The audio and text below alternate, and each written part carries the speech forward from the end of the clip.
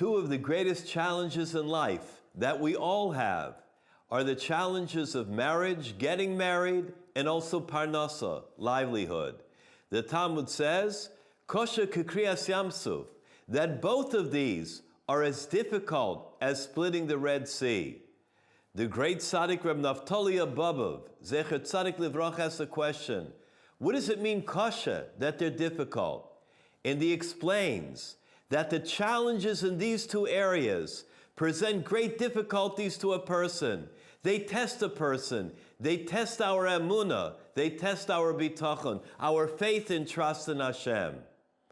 I once was invited to Philadelphia to be at a Shabbaton at a hotel. And there, after one of the sessions, I was going back to my room, and the man stopped me, and he said, could I ask you about something? It's a private matter. Do you have a moment?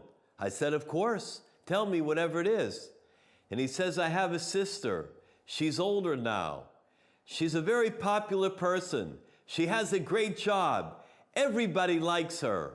But for some reason, no matter how much we tried, no matter what we tried to do in order to help her to get married, nothing worked. Now, she's already 43 years old. Could you tell me a skula?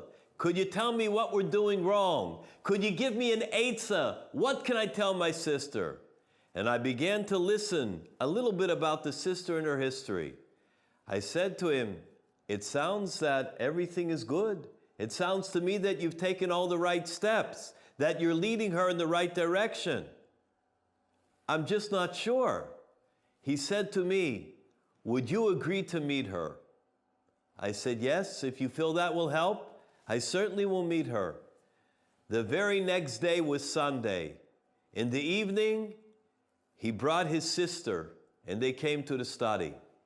And I sat with her, together with her brother, and I asked all the questions. And for over an hour and a half, I began to try to find where's the weak point? What are they doing wrong? What could they be doing better? And I found nothing after the hour and a half. However, I said to her the following, the only thing that I can tell you is that the next time you go out, before you say no to your date or to the future, please call me. And if you call me, we can discuss it, and I can tell you my idea. Toivim shnayim mina echad. Kohelet says, two are better than one. Don't take it on yourself.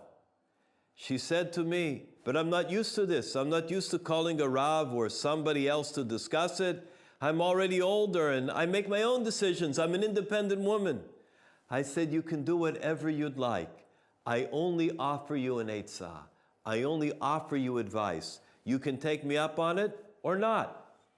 Well, a couple of weeks passed and she went out. She calls me up and she says to me, it's not my way. I don't usually consult, but I'm trying to follow the Rav's advice. And she told me a little bit about it and why he's not for her. And I said, I agree with you. You don't have to continue. A few weeks passed. She went out with someone else. She called me again after the date, and she told me the reason she didn't want to continue. And I said once again, I believe that your reasons are solid, and I agree with you, you don't have to continue. Well, about 4 weeks later, she had another date. She called her brother and told her brother, listen, I'm not going to continue with this, but I'm not going to call the Rav. He said, why? Because he already agreed with me twice, and there's no reason why I should call him again. He's just going to agree again. But the brother said, you said that you would call, that you would consult. So she said, okay, if I have to, I will. She called me and told me the reasons why she didn't want to go out. But I didn't hear the reasons to be solid reasons, to be reasons that were rational. I said, you haven't given me a good reason. Tell me something else. And she tried. I said, if you want my opinion, you should continue going out with this man. There's not a reason in the world not to, and he sounds to me like a good guy. She said, do I have to? I said, I'm only giving you an eitzah. If you would like to, continue. If you don't want to, I cannot tell you what to do. She called up her brother. Her brother said, the Rav said, continue, continue. And she continued to call me after the next date and the next date and tells me why she doesn't think, I don't know, this one, that. And I continued to encourage her because there was only good, there was only chesed, there was only truth, there was only loving kindness, nothing wrong. She continued and continued. Finally, she calls me startled. I said, what's wrong? She said, I'm shocked. I said, what happened? She said, I went out tonight and he asked me to get engaged.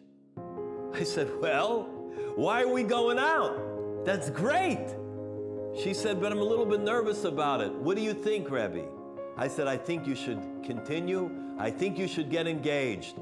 He has all the right things. His mind is in the right place. He has true Torah hashkafos. He has true Torah outlook. Continue, everything should be good. She said, all right. She went and told her father that she's getting engaged. She called me back and said, I'm sorry, Rav. My father doesn't think it's a good idea. He told me I should not get engaged, so I don't think I'm going to go ahead with it. I said, I have a message for your father. You tell your father that Rav Dovid Goldwasser is coming to his house to discuss it right now with him. I hung up the telephone. I went to get my coat in order to travel out to her neighborhood. By the time I was at the door, I got a call on the telephone. It was this young woman. She said, whatever you do, my father said, don't come to the house. He will let me get engaged. Tovim Shnaim, you know.